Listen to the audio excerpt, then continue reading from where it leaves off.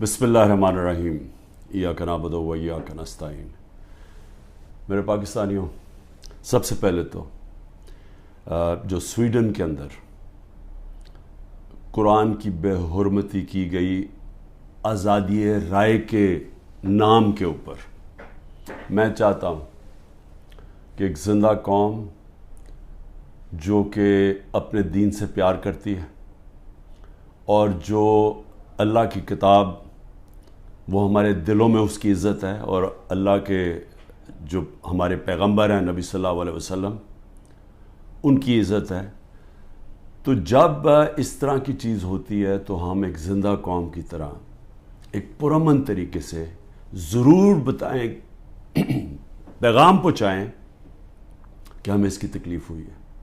تو میں آپ سب کو کہتا ہوں، میں صرف تحریک انصاف کے لوگوں کو نہیں، قوم کو کہتا ہوں کہ جمعے کے بعد آپ نے سب نے جمعے کی نماز کے بعد نکل کے مظاہرہ کرنا ہے پرامن طریقے سے۔ ہمیشہ پرامن رہو، کیونکہ ہمارا ملک ہے، ہم کوئی نقصان نہیں پہنچانا چاہتے، لیکن ایک پرامن طریقے سے احتجاج ہو تاکہ پیغام جائے کہ پاکستان وہ قوم ہے جو اسلام کے نام پہ بنی تھی، اور ہمیں تکلیف ہوئی ہے کہ یہ وہاں کی پولیس نے اجازت دی کہ جناب آپ قرآن شریف کو جلا دیں، اور آزادی رائے کے مطابق آپ کو پتہ ہونا چاہیے کہ پاکستان کی وجہ سے آج 15 مارچ دنیا کے اندر اینٹی اسلاموفوبک دن بنایا جاتا ہے، یعنی جو اسلام کے خلاف جو حرکتیں ہوتی ہیں، مثلا نبی صلی اللہ علیہ وسلم کی شان میں گستاخی ہوتی ہے، اور یہ جان کے جس طرح یہ قرآن شریف کو جلایا گیا، اس کو یہ اسلاموفوبیا کے اندر آتا ہے۔ تو ہماری وجہ سے یونائٹڈ نیشنز میں 15 مارچ کو اینٹی اسلاموفوبیا دن بنایا جاتا ہے۔ تو اس لیے ہم سب کو جمعے کے بعد نکلنا چاہیے اور پرامن طریقے سے احتجاج کرنا چاہیے۔ دوسری چیز، دبئی میں میٹنگ ہوتی ہے، پاکستان کے بڑے بڑے منی لانڈرر کا مطلب جو اس ملک سے پیسہ چرا کے باہر لے جاتے ہیں۔ جو سب سے بڑا مسئلہ پاکستان کا کیا ہے کہ ہمارا روپیہ گرتا جاتا ہے ڈالر کے مقابلے میں۔ تو جب آپ ڈالر یہاں سے خرید کے باہر بھیجتے رہیں اور چوری کر کے باہر بھیجتے رہیں تو وہ ڈالر کی کمی ہونی ہے، اور جب ڈالر کی کمی ہوگی تو روپیہ گرتا جائے گا۔ اس کے علاوہ بھی ہم نے ایکسپورٹس کے اوپر زور نہیں دیا، کبھی کسی نے توجہ ہی نہیں دی کہ ہم اپنی آمدنی کیسے بڑھا سکتے ہیں۔ ہندوستان کی آج جو ایکسپورٹس ہیں یہ ذرا سمجھ لیں 600 ارب ڈالر کے قریب ہے۔ پاکستان کی ہمارے زمانے میں ریکارڈ ایکسپورٹس تھی 33 ارب ڈالر، ریکارڈ تھی، وہ آج اس سے بھی کم ہو گئی ہیں، 13% گر گئی ہیں ایکسپورٹس۔ تو ایک تو کبھی توجہ نہیں دی انہوں نے کہ کس طرح ڈالرز اس ملک میں آمدنی بڑھا سکتے ہیں اپنی، اور دوسرا یہ سارے جو بڑے بڑے نام ہیں ان کے سب کے بڑے باہر محلات ہیں، پراپرٹیز ہیں، بینک اکاؤنٹس ہیں، آف شور اکاؤنٹس ہیں۔ پیناما میں کیا ہوا تھا؟ پیناما میں ایک دنیا کے اندر ایک انکشاف ہوا کہ جنہوں نے بڑے بڑے لیڈرز نے، وزیروں نے اپنے پیسے چھپائے ہوئے تھے باہر کے ملکوں میں کمپنیز کے پیچھے، یعنی کمپنیز کے پیچھے انہوں نے اپنی دولت چھپائی ہوئی تھی، پراپرٹیز لی ہوئی تھی۔ اس میں نواز شریف کی پراپرٹی پکڑی گئی، مریم نواز اس کی مالکہ نکلی، اور وہ لندن کے سب سے مہنگے علاقے میں اربوں روپے کی انہوں نے پراپرٹیز لی ہوئی تھی، جس کو مے فیئر اپارٹمنٹس کہتے ہیں۔ تو وہ انکشاف ہوا تھا، تو پیسہ یہاں سے چوری ہو کے گیا تھا، کیونکہ ابھی تک ایک رسید نہیں بتا سکے کہ پیسا باہر نکلا کیسے ہے، کدھر سے آمدنی آئی۔ بیٹے کی آمدنی، بیٹے کا جو گھر ہے حسن شریف کا، جو اس نے بیچا ملک ریاض کو، اس کی قیمت تقریباً 18 ارب ہے آج کل کے جو پاؤنڈ، اور 45 ملین پاؤنڈز جو تقریباً 17-18 ارب روپیہ بنتا ہے۔ تو وہ کدھر سے پیسہ آیا؟ تو یہ کوئی نہیں بتا سکتا۔ بیٹے یہاں سے باہر بھاگ گئے کیونکہ وہ بتا نہیں سکتے تھے۔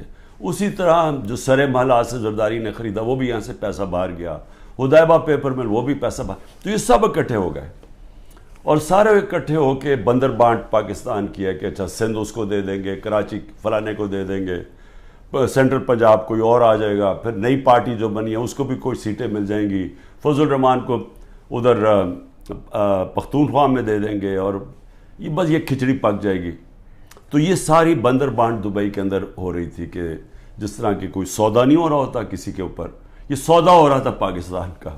اور کس طرح جو سب سے بڑی پارٹی ہے خوف زدہ ہے کہ اس کو کیسے باہر رکھنا ہے، جس میں عمران خان کی ان کو گنہونے خواب آتے ہیں کہ یہ پتہ نہیں کہ واپس نہ آ جائے، تو اس کو کیسے جیل میں ڈال رہے ہیں. تو میں نے جو آج آپ کے سامنے یہ چیز رکھنا چاہتا ہوں کہ کون سے کیسز ہیں ذرا آپ سمجھ لیں، کیونکہ میں تیار ہوں، انہوں نے ہو سکتا ہے کل پتہ نہیں میری 17-18 بیلیں ہیں، ایک بیل کینسل ہوگی جیل میں چلا جاؤں گا کل، نہیں تو اس کے بعد پھر عدالت میں میرا چکر ہے، اس کے بعد 2 دنوں کے بعد پھر ہوں گا.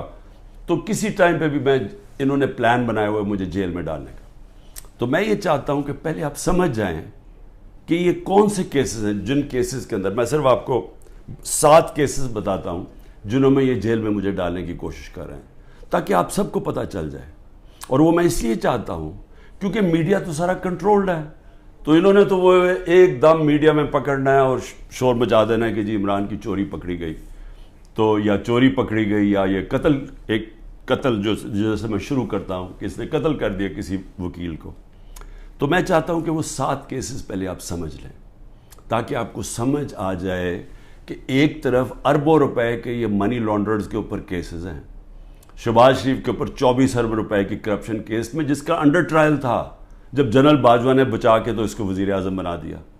اس کے علاوہ جو نواز شریف کی ابھی تک کوئی نہیں بتا سکا وہ جو اس کی مے فیئر کی اپارٹمنٹس، بیٹوں کے پاس پیسہ، اور یہ تو سامنے ہے، باقیوں کا تو ہمیں پتہ ہی نہیں ہے کہ کتنی ان کی باہر پراپرٹیز ہیں. اسی طرح زرداری کا ہے، اس کی بھی ساری باہر ان کی پراپرٹیز پڑی ہیں. تو ایک تو یہاں سے پیسہ چوری کر کے باہر لے جانے کے الزام ہیں. اب دوسری دفعہ دیکھیں گے میرے اوپر 170 سے زیادہ کیسز ہیں، لیکن وہ کیسز ہیں کیا؟ تو میں پہلے شروع کرتا ہوں کوئٹہ کا کیس.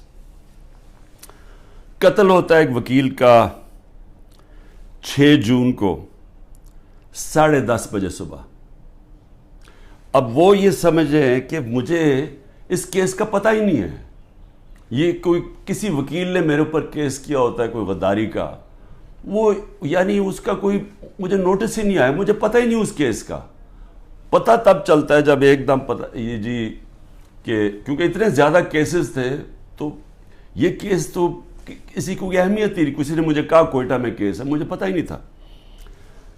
تو اس وکیل کا قتل ہوتا ہے 10:30 بجے، 11:30 بجے پولیس میں رپورٹ ہوتا ہے. 2:22 میں شہباز شریف کا جو مشیر ہوتا ہے وہ سٹیٹمنٹ دیتا ہے کہ عمران خان نے اس وکیل کو قتل کیا. اب یہ سمجھے کہ صرف قتل میں 10:30 سے اور 2 بجے کے اندر وہ فیصلہ کر لیتے ہیں کہ عمران خان نے قتل کیا. اس کے بعد کیا ہوتا ہے؟ اس کے بیٹے کو اٹھا کے لے جاتی ہے پولیس. اس بیٹے کو 12 گھنٹے سے زیادہ پولیس اپنے پاس رکھتی ہے. وہ اگلے دن جا کے اگلے دن کی دوپہر کو وہ کہتا ہے کہ جی عمران خان اس قتل میں ملوث تھا. لیکن پھر کیا ہوتا ہے؟ اس کی جو بیوی ہوتی ہے، وہ جو دوسری بیوی ہوتی ہے، وہ کہتی ہے کہ فیملی کے لوگوں نے قتل کیا اس کو.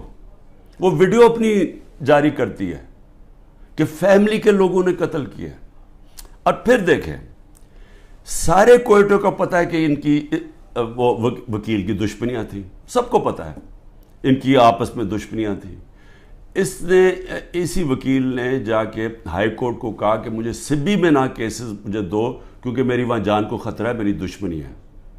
اور پھر یہ دیکھیں، یہ ذرا آپ غور سے یہ دیکھ لیں، یہ اس کو بڑے قریب سے دیکھ لیں اور اس کے اندر یہ مظاہرے کیا کر رہے ہیں. ان کا قتل ہوتا ہے اور یہ قتل میں کہتے ہیں کہ یہ قتل اس وکیل نے اس کے وکیل کی طرف سے یا انہوں نے کیا. اس کا نام لکھا ہوا ہے کہ وہ اس قتل میں ملوث تھا. تو جب ایک فیملی دشمنی بھی ہوتی ہے، اس سے پہلے ہی وہ پرائم منسٹر کا مشیر کہتا ہے کہ جی عمران خان نے قتل کر دیا، ابھی تفتیش بھی نہیں ہوتی. اور مجھے افسوس سے کہنا پڑتا ہے کہ وہاں ہماری سنا بھی نہیں گیا کوئٹہ ہائی کورٹ میں. خیر وہ اور وجوہات ہیں, اس کی بھی ہمیں وجہ پتہ ہے پیچھے کیا ہے. تو یہ آپ ذرا سنیں. اس کے بعد یہ پہلی دفعہ میرے نام پہ قتل نہیں کیا نام ڈالا جاتا. زبیر نیازی, وہ لطیف کھوسا کے گھر باہر گولیاں چلتی ہیں. زبیر نیازی جو کہ ہمارا لاہور کا سیکرٹری جنرل ہے, اس کے نام پہ وہ آ جاتے جی اس نے گولیاں چلائی ہیں. اور وہ گولیاں کسی آدمی کو کھڑا کرتے ہیں جو کہتا ہے جی مجھے زبیر نیازی نے کوئی پیسے دینے تھے گولیاں چلانے کے لیے. اب لطیف کھوسا ہمارے ساتھ ملٹری کورٹس کے خلاف کیسز کر رہے ہیں, تو وہ کیوں گولیاں چلائے گا اس کے گھر, جو کہ وہی کیس کر رہے ہیں جو ہم کر رہے ہیں سپریم کورٹ میں. اور پھر ضلع شاہ کا جب قتل ہوتا ہے, ضلع شاہ کا جب قتل ہوتا ہے, سب سے پہلے 302 میرے اوپر قتل کا چارج لگا دیتے ہیں. 3 دن تک وہ میرے اوپر 302 لگاتے ہیں قتل کا چارج. پھر کیا ہوتا ہے, اس کا پوسٹ مارٹم ہو جاتا ہے. پوسٹ مارٹم میں پتہ چلتا ہے 26 جگہ اس کے اوپر تشدد ہوا ہوتا ہے. تو اب ظاہر ہے وہ یہ تو نہیں کہہ سکتے تھے کہ عمران خان نے اس کو تشدد کروا کے اپنے کارکن کو مار دیا. تو انہوں نے پھر ایکسیڈنٹ اس کا ڈال دیا.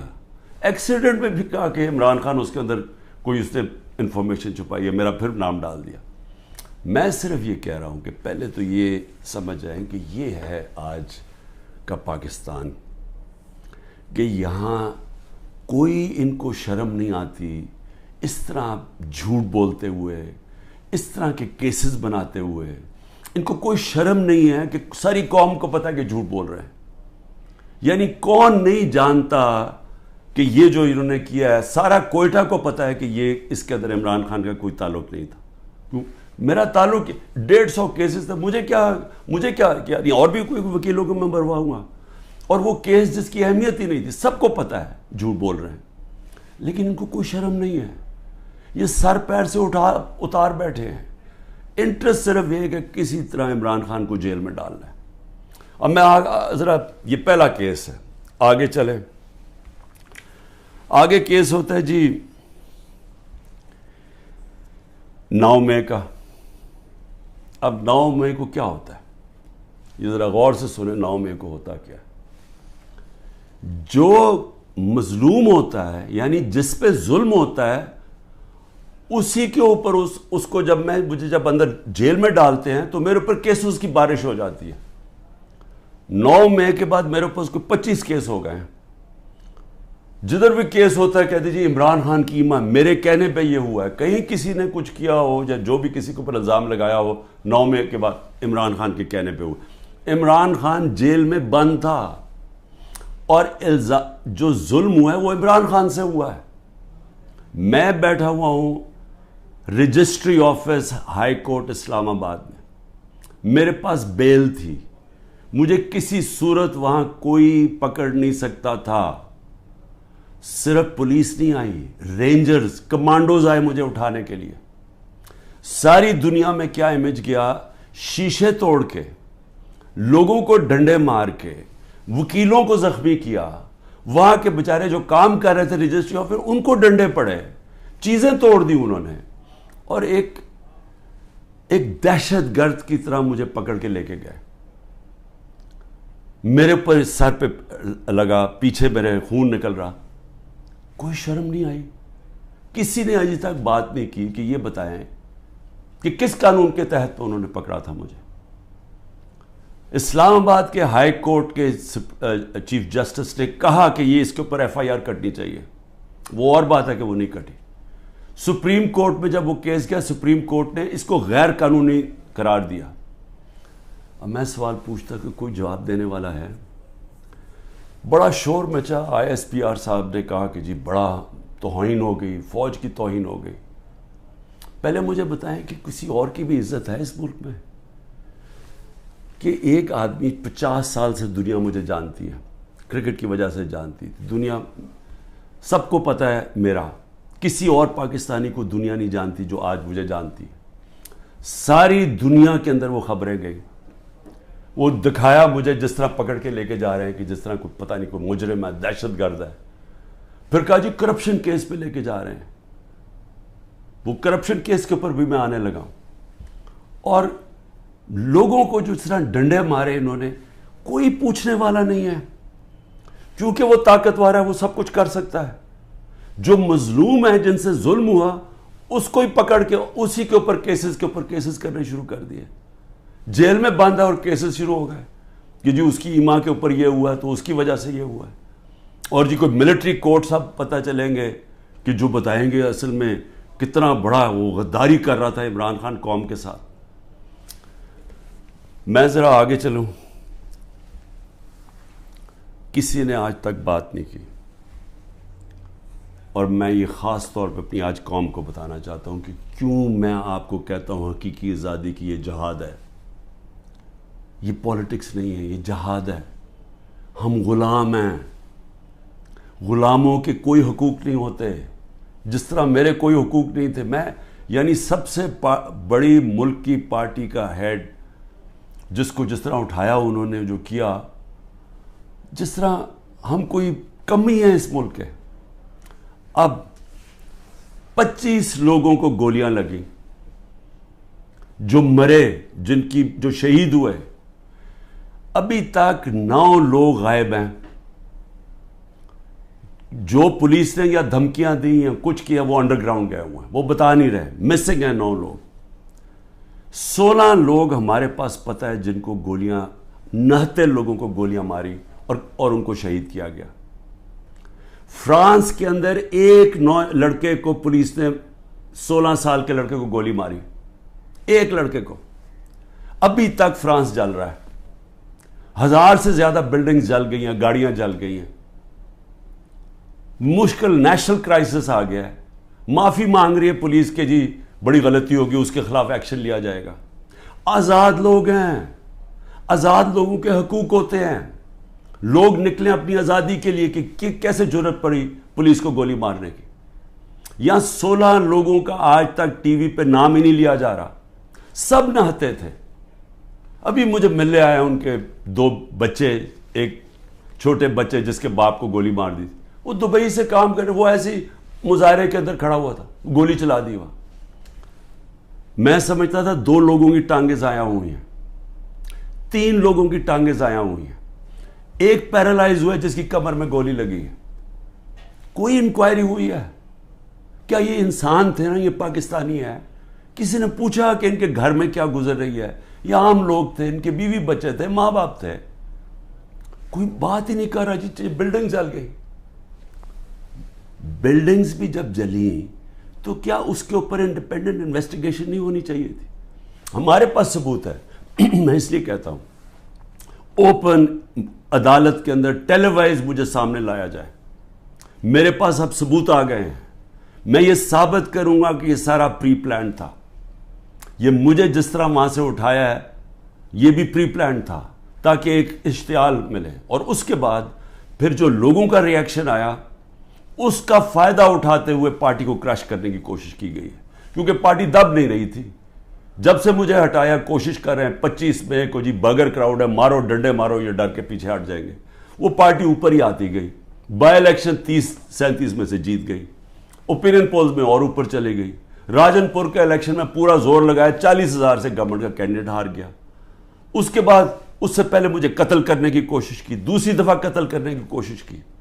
اور اب یہ پلان فائنل بنا کہ جی ان کو اب بالکل ختم کرو پارٹی کو, کہ جی انہوں نے ایک ادارے کی بے حرمتی کر دی. اور اس کو بیس بنا کے سارے ہمارے ہیومن رائٹس ختم ہو گئے ہیں. سب کو جس کو مرضی پکڑو, پولیس پھر رہی ہے جسے مرضی پکڑے. جی آپ کا وہ اس میں نام آ گیا وہ جیو فینسنگ میں, اس لیے جناب وہ اچھا اتنے پیسے دے دو, 15 لاکھ سے شروع ہوتے ہیں, 10 لاکھ, اچھا پیسے دے دو تو ہم آپ کو چھوڑ دیتے. پولیس پیسے بنا رہی ہے. ہر جگہ لوگوں کو پکڑ رہے ہیں. اب جدھر نام لوگوں کے گھروں میں گھس رہے ہیں, گھر توڑ رہے ہیں, گھر لوٹ رہے ہیں, بچے پکڑ کے لے گئے ہیں. عورتوں کو نہیں بخشا. کبھی میں نے یہ دن نہیں دیکھ رہے تھے کہ عورتوں کو نہیں بخشا. اس ملک کے اندر کبھی یہ نہیں دیکھا تھا کہ اتنا نیچے گورنمنٹ گرے گی. مجھے لوگوں نے کہا عمران صاحب آپ نے تو بڑی غلطی کی اپنی گورنمنٹس کرا کے, گورنمنٹس ڈیزالو کر کے. میں نے اپنی گورنمنٹس ڈیزالو آئین کے مطابق کی تھی. میں اپنے سمجھتا تھا کہ ہمارے ملک میں ہمارے سارے وکلا، ہمارے سارے ججز آئین کے ساتھ کھڑے ہو جائیں گے. 90 دن میں الیکشن ہونے تھے. چیف جسٹس اور سپریم کورٹ اناؤنس کرتے ہیں الیکشن 14 مئی کو. گورنمنٹ آئین کی پرواہ نہیں کرتی. اب گورنمنٹ کہتی ہے کہ جی اگر ملٹری کورٹس اگر اس نے خلاف فیصلہ کیا سپریم کورٹ نے تو ہم سپریم کورٹ کے فیصلے نہیں مانیں گے. تو رہ کیا گیا پھر؟ تو رہ تو یہی کیا کہ ڈنڈے سے اب اپنے ساروں کو کنٹرول کرنا ہے. تو مجھے ابھی بھی ہے کہ صرف آزاد اور غلام ملکوں میں دیکھ لیں کہ یہاں کوئی نام ہی نہیں لے رہا وہ بیچارے جو اس ملک کے عام شہری، ان کو گولیاں ماری گئی، نہتے شہریوں کو. اور ادھر دیکھیں ایک آدمی کو پولیس نے گولی ماری. اور فرانس میں دیکھ لیں آزاد قومیں کیا ہوتی ہیں. اس کے بعد آ جائے جی اور کون سے کیسز ہیں. بیوی بشرا بیگم کے اوپر کیس ڈال دیے. کیا ہے جی کہ وہ اس کے گاؤں میں، وہ جو کبھی گاؤں میں گئی بھی نہیں ہے، اس کے گاؤں میں جی 20 سال کے بعد ایک جگہ سڑک بن گئی. اینٹی کرپشن کا کیس اس پہ کر دیا. میری چھوٹی بہن عظمیٰ، اس کے اوپر اینٹی کرپشن مجھے بیچ میں ڈال دیا کہ جی میں جب پرائم منسٹر تھا میں نے اس کو بڑی سستی کوئی زمین دلوا دی ہے یا لوگوں سے قبضہ کر کے. اور یہ اتنے ڈفرز ہیں کہ کہا کہ جی 6 ارب کی زمین اس کو دلوا دی ہے. ان کو اتنا نہیں پتا کہ وہ چیک سے اس نے پیسے دیے. پہلے تو وہ چیکس کے پیسے، ذرا یہ چیک نمبر دیکھ لیں کہ اس نے پہلا چیک کس دن دیا؟ 25 اپریل 2022 کو. عمران خان پرائم منسٹر نہیں تھا. عمران خان 9 اپریل کو پرائم منسٹر نہیں ختم ہو گیا تھا. تو 25 اپریل کو ایک چیک ہے، وہ اب چیک کی کاپی ہے. اور دوسرا چیک دیا ہے 2 جون کو. اور کتنے کے چیک ہیں؟ 6 کروڑ روپے کے. تو اس نے چیک کے سے پیمنٹ کی ہے. میرے اوپر کرپشن کیس ڈال دیا ہے کہ میں نے جی وہ اس کو پرائم منسٹر ہوتے ہوئے زور لگا کے اس کو فیور کیا. پھر آ جائے جی اگلا کیس، تاکہ آپ کو ساروں کو پتہ چل جائے ہو کیا رہا ہے. اب 2 اور کیسز ہیں جن کے اندر یہ پوری کوشش کریں گے مجھے اندر ڈالنے کی. وہ نیب کے کیسز ہیں. ایک ہے القادر کا جس میں انہوں نے مجھے پکڑا تھا، اور دوسرا ہے توشہ خانہ. اب یہ القادر کا کیس کیا ہے ذرا یہ غور سے سمجھ لیں پھر سے، کیونکہ میں چاہتا ہوں کہ ساری قوم کو سمجھ آ جائے. وہ کیس یہ ہے کہ ایک کیبنٹ فیصلہ کرتی ہے، کیبنٹ کے سامنے ایک فیصلہ آتا ہے کہ اگر ایک ملک ریاض فیملی اور ایک انگلینڈ کے national NCA national crime agency, ان کے بیچ میں ایک فیصلہ ہوتا ہے. وہ کہتے ہیں پرائیویٹ، ان کے بیچ میں فیصلہ ہوتا ہے. وہ یہ کہتے ہیں کہ اگر آپ، ہماری کیبنٹ کے سامنے آتا ہے کہ اگر آپ اس کو فیصلے کو کانفیڈینشیل رکھیں گے، صرف کیبنٹ سے، عدالت سے نہیں، اگر کیبنٹ میں کانفیڈینشیل رکھیں گے تو 190 ملین پاؤنڈ پاکستان میں آ جائے گا سپریم کورٹ کے اکاؤنٹ میں. اور لیکن اگر آپ اس کو کانفیڈینشیل نہیں رکھیں گے تو آپ کو انگلینڈ کے اندر کیس کرنا پڑے گا، سول کیس، جو 5-6 سال چل سکتا ہے. اور آپ کو ثابت کرنا پڑے گا، آپ کے اوپر ہوگا کہ آپ نے ثابت کرنا ہے کہ وہ پیسہ منی لانڈرنگ کا ہے. ہمیں وہاں کیبنٹ کے اندر پہلے بھی بتایا گیا کہ $100 ملین پاکستان کا بیرون ملک کیسز کے اندر بہ گیا ہے، ہار چکے ہم کیس. $100 ملین ہماری بڑا برا ریکارڈ ہے باہر کیسز کا. اور وہ بھی 5-6 سال لگنے تھے، جبکہ اب وہ پیسہ سیدھا اب آ جانا تھا اور پاکستان میں 190 ملین پاؤنڈ آ جانا تھا. کیبنٹ فیصلہ کر لیتی ہے. بعد میں کہتے ہیں کہ جی وہ تو کسی اور مد میں جانا چاہیے تھا، وہ جانا چاہیے تھا گورنمنٹ کو، سپریم کورٹ کو نہیں جانا چاہیے تھا. بھیا کیبنٹ آج جا کے سپریم کورٹ کو کہے کہ جی وہ پیسہ دوسری طرف ٹرانسفر کریں اور ہم ثابت کر دیں گے کہ یہ پیسہ منی لانڈرنگ سے، تو آج بھی کر سکتے. کیا چیز روک رہی ہے ان کو؟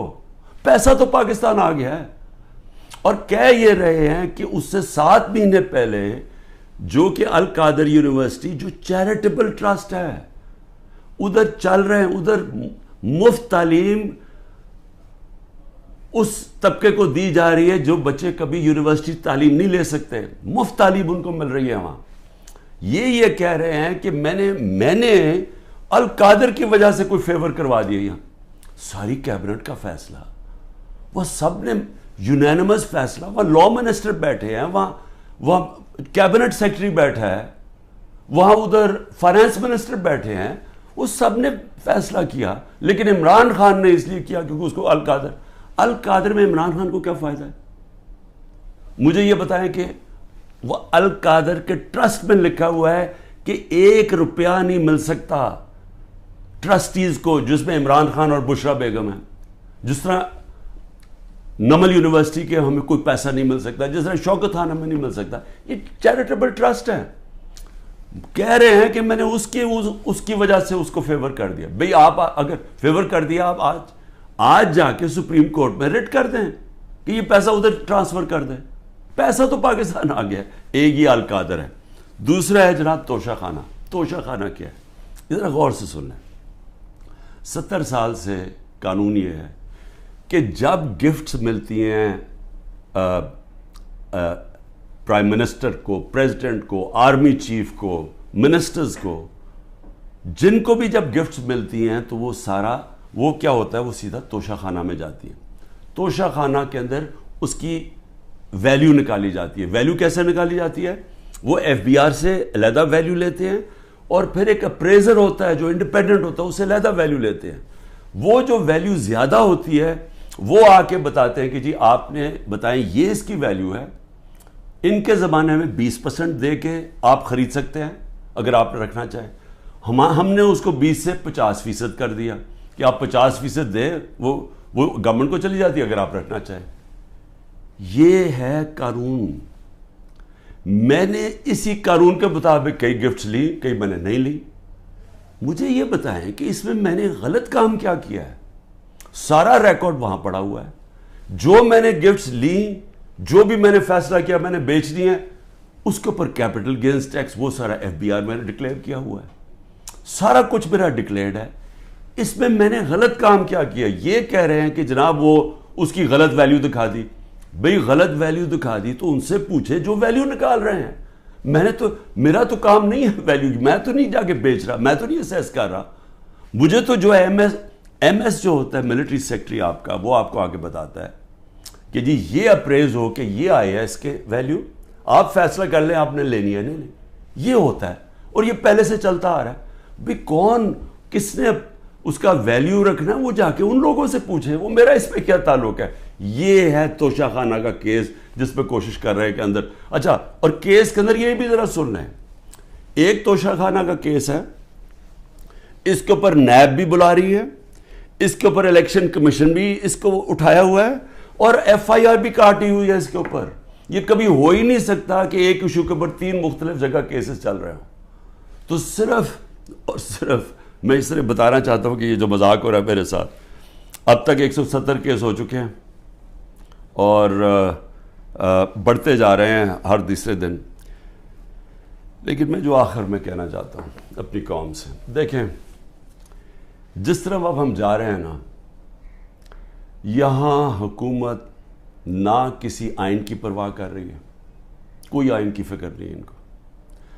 اداروں کو انہوں نے تباہ کر دیا کیونکہ اداروں کا 1 پوائنٹ ایجنڈا ہے کہ کسی نہ کسی طرح تحریک انصاف کو ختم کیا جائے. کیوں ختم کیا جائے؟ کیونکہ ان کو ڈر لگا ہوا کہ جب الیکشن ہوں گے تو تحریک انصاف جیت جائے گی, اور یہ وہ لوگ جو سمجھتے ہیں ہم نے عمران خان کو ہٹایا اب اس کو ہم نے واپس نہیں آنے دینا. یہ سارا ملک تباہی کی طرف صرف ایک 1 پوائنٹ ایجنڈا پہ جا رہا ہے. اب میں اپنی قوم کو کیا کہنا چاہتا ہوں, دیکھیں ہم نے فیصلہ کرنا ہے کہ کیا ہم نے اب اس خوف کی زنجیروں کے اندر اپنے آپ کو غلام رکھنا ہے. میں نے آپ کو بتا دیا کہ آزاد قوموں کے اندر ایسی چیزیں نہیں ہوتی. کوئی کسی کی جرت نہیں ہوتی آئین کے خلاف جانے کی, کسی کی جرت عدالت کے فیصلوں کے خلاف جانے کی نہیں ہوتی. کوئی کسی کو اس طرح اغوا نہیں کر سکتا جس طرح مجھے اٹھا رہے تھے, جس طرح عمران ریاض کو غائب کر دیا. اب عمران ریاض کا کیا کام تھا مجھے بتائیں, اس کا کیا تعلق ہے جو 9 مئی کو ہوا ہے, اس کو کیوں ابھی تک غائب کیا ہوا ہے؟ یہ صرف اور صرف ظلم کر رہے ہیں, ڈرا رہے ہیں, دھمکا رہے ہیں لوگوں کو غلام بنانے کے لیے کہ ہم یہ ان کے خوف کے غلام بن جائیں. میں اپنی آج قوم کو کہنا چاہتا ہوں کہ دیکھیں آپ کو یہ, اب میں اپنی ٹیم جو میرے لوگ ابھی چھپے بھی ہوئے ہیں سارے انڈر گراؤنڈ میں, سب کو اب آپ کہنا چاہتا ہوں کہ دیکھیں وقت آ گیا، یہ لوگوں کے گھروں کے اندر گھس کے جو گھر کی عورتوں سے کر رہے ہیں، بچے اٹھا کے لے جاتے ہیں، گھر توڑ دیتے ہیں، گھر لوٹ لیتے ہیں، یہ ہزاروں گھروں سے کر رہے ہیں، پختونخوا کے اندر گاڑیاں اٹھا کے لے جاتے ہیں، جو بھی پی ٹی آئی کا ملے، رشتہ دار ملے، کوئی بھی، میں ساری قوم کو کہہ رہا ہوں کہ کیا آپ یہ برداشت کرنے کے لیے تیار ہیں؟ کیونکہ یہ آج ہمارے سے ہو رہا ہے، یہ سب سے ہوگا۔ جب پولیس سے آپ غلط کام کرواتے ہیں اور پولیس کو چھوڑا ہوا ہے کہ وہ کسی کو بھی کہہ کہ جی تمہارا جیو فینسنگ میں نام آیا اتنے پیسے دے دو، اگر آپ پولیس فورس بھی تباہ کر رہے ہیں، ادارے سارے تباہ ہو گئے ہیں، یہ جو نیب ہے، کیا نیب کی اہمیت رہ گئی ہے کہ اتنے بڑے ڈاکو ان سارے کے کیسز معاف کر دیے ہیں؟ جو 3 گاڑیاں آصف زرداری نے چوری کی ہیں توشہ خانہ سے، 1 گاڑی نواز شریف نے چوری کی ہے، 1 مریم نواز نے چوری کی ہے، ان کو کوئی پوچھ نہیں رہا، اور آ کے کہہ رہے ہیں جی کہ توشہ خانہ سے یہ آپ نے جو لیگلی کام کیا ہے کہ جی وہ ویلیویشن نہیں ہوئی، بھئی وہ ان سے پوچھے جنہوں نے ویلیو کرنا تھا، وہ میرا اس سے کیا تعلق ہے؟ لیکن مقصد انصاف کا نہیں ہے، مقصد ظلم کرنے کا ہے۔ اور میں قوم کو اب کہتا ہوں، اب یہ بھیڑ بکریوں بن کے رہنے کا وقت چلا گیا ہے۔ میں آپ کو کہہ رہا ہوں، میں تیار ہوں، میں کل جا رہا ہوں، پتہ نہیں کتنے میرے 19 بیلیں لگی ہوئی ہیں، کسی میں اندر ڈال سکتے ہیں، میں تیار ہوں سب کے لیے، میں ہر چیز کے لیے تیار ہوں، لیکن میں یہ ظلم کا نظام برداشت کرنے کے لیے تیار نہیں ہوں، میں یہ بھیڑ بکریوں بن کے اپنی زندگی گزارنے کے لیے تیار نہیں ہوں۔ میں یہ سمجھتا ہوں کہ یہ قوم کے لیے وقت آ گیا ہے، آپ سب فیصلہ کر لیں کہ کس طرح کا پاکستان آپ چاہتے ہیں۔ کیا وہ پاکستان چاہتے ہیں جو پروفیشنل جو باہر جا سکتے ہیں وہ باہر چلے جائیں، جو آپ کا سب سے بڑے ذہن ہے وہ باہر چھوڑ کے چلے جائیں، وہ بیچارے غریب آدمی کشتیوں میں ڈوبتے رہیں جا کے اللیگلی غیر قانونی طور پہ نکلنے کے لیے، اور باقی قوم بھیڑ بکروں کی طرح رہ جائے؟ اس ملک کا کوئی مستقبل نہیں ہے۔ وہ مجھے افسوس سے کہنا پڑتا ہے کہ وہ ساتھ ہمارا ملک جس تیزی سے آگے جا رہا ہے اور جس تیزی سے اس میں اور ہمارے میں فاصلے بڑھتے جا رہے ہیں، یعنی ہر طرح وہ آگے نکل گئے ہیں، ہمیں سوچنا چاہیے کہ اگر ہم اسی طرح چلتے رہے اور یہ چوروں کے نیچے اگر یہ بندر بانٹ کر رہے ہیں کہ جی ملک ہم بھیڑ بکری ہیں، جی آپ ادھر وہ لے لو، وہ سندھ لے لے، وہ کراچی لے لے، وہ یہ لے لے، وہ پختونخوا لے لے آپس میں، اور ہم جس طرح کے بھیڑوں کی طرح کبھی ادھر سے، کوئی مستقبل نہیں ہے اس کا۔ اور اس لیے میں اپنی آپ سب لوگوں کو کہہ رہا ہوں، تیاری کریں، آپ پرامن احتجاج ہمارا حق ہے۔ پہلے تو جمعے کو نکلے نا، جو انہوں نے کیا ہے، جو پتہ چلے کہ یہ زدہ قوم ہے، کم از کم ہماری آواز نکلنی چاہیے، اور پرامن، میں ہمیشہ کہتا ہوں پرامن رہے۔ میں نے کبھی اپنے 27 سال میں کبھی انتشار کی بات نہیں، کیونکہ یہ میرا ملک ہے، توڑ پھوڑ کریں گے میرے ملک کو نقصان ہوگا۔ میں نے ان چوروں کی طرح باہر تو نہیں ہے میری کوئی پراپرٹیز، میں نے تو نہیں باہر بھاگنا، انہوں نے تو ابھی میں آپ کو کہہ رہا ہوں کہ جب انہوں نے الیکشن اناؤنس ہی ہوا، انہوں میں سے لوگوں نے باہر بھاگنا شروع کر دینا، کیونکہ ان کو پتہ ہے کہ ان کا جو انہوں نے کیا اس ملک کے ساتھ، ان کو پتہ ہے کہ قوم نے ان کو بخشنا نہیں ہے، انہوں نے بھاگنا باہر۔ اس لیے اپنی قوم کو میں کہہ رہا ہوں کہ آپ کے پاس اب 2 راستے ہیں، غلامی کے اور حقیقی آزادی کے۔ لا الہ الا اللہ، کوئی نہیں ہے خدا اللہ کے سوا، ہم کسی ظالم کے سامنے اور یہ ظلم کا نظام اور یہ خوف کے سامنے ہم جھکنے والے نہیں ہیں۔ ہم نبی صلی اللہ علیہ وسلم، محمد مصطفیٰ، دنیا کے سب سے عظیم لیڈر، ہم ان کی امت ہیں، اور وقت آ گیا ہے کہ ہم اب اپنا سٹینڈ لیں اور پرامن طریقے سے تیاری کریں نکلنے کے لیے سڑکوں پہ۔ پاکستان زندہ باد۔